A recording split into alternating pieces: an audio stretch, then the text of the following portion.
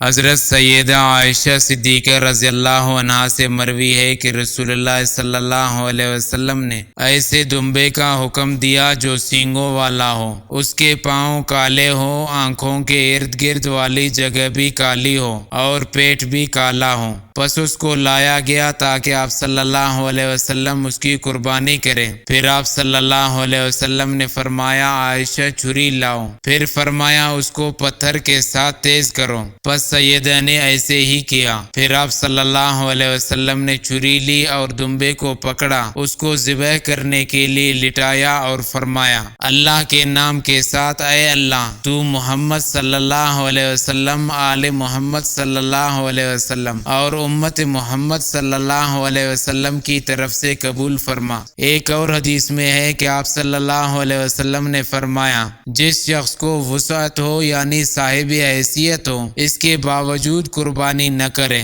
تو وہ شخص ہرگز ہماری عیدگاہ کے قریب بھی نہ آئے۔